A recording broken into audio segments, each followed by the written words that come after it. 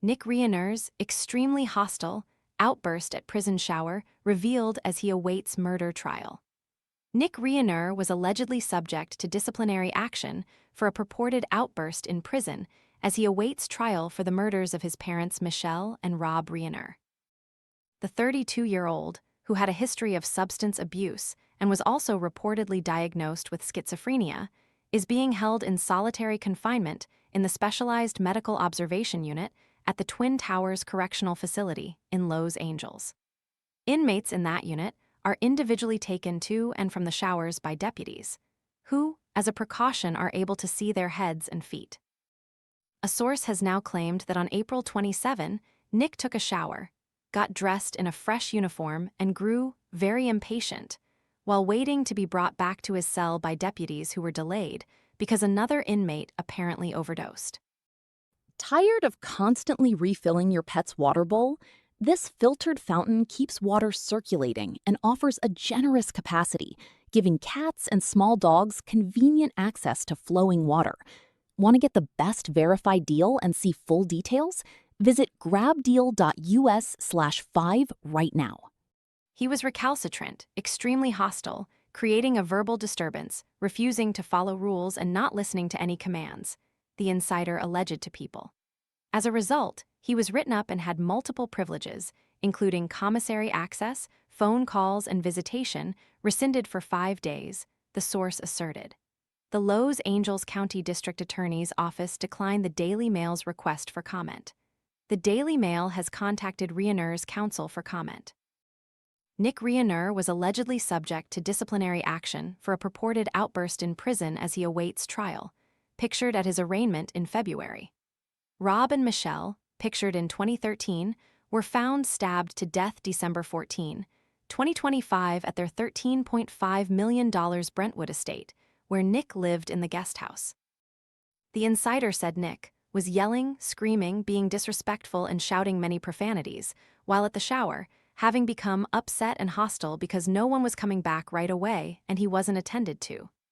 According to the source, Nick had finished showering and changed and wanted to return to his cell. When it took too long, he became frustrated and angry. He is said to have aimed his vitriol at a sheriff and a sergeant, and it has been claimed 3 more guards eventually arrived when a deputy requested reinforcements. The insider maintained, however, that Nick's disruptive behavior to staff remained verbal and never escalated into a physical conflict. After a supervising officer reviewed his disciplinary write-up, Nick received a cell visit from a disciplinary officer who informed him of the punishments he had received and the violation he had committed, and who talked to him about his behavior.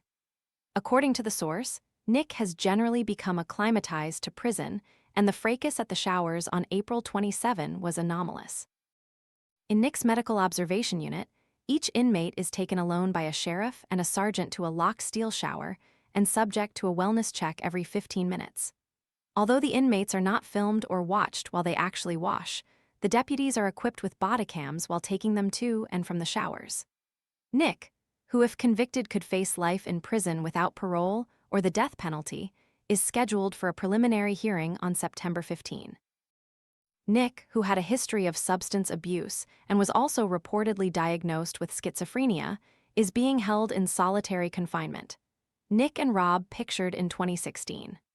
Nick, who pled not guilty to 2 charges of first-degree murder, has spent his imprisonment in solitary confinement in a 7 FT by 10 FT cell.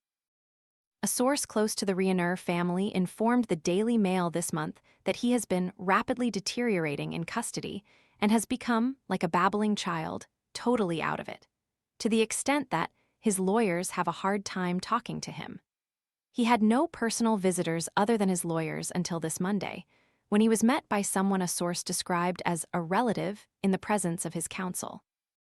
Nick was reportedly seen arguing fiercely with his parents at Conan O'Brien's star-studded Christmas party on the evening before the bodies were discovered, allegedly by the late couple's daughter Romy, 28, who lived across the street.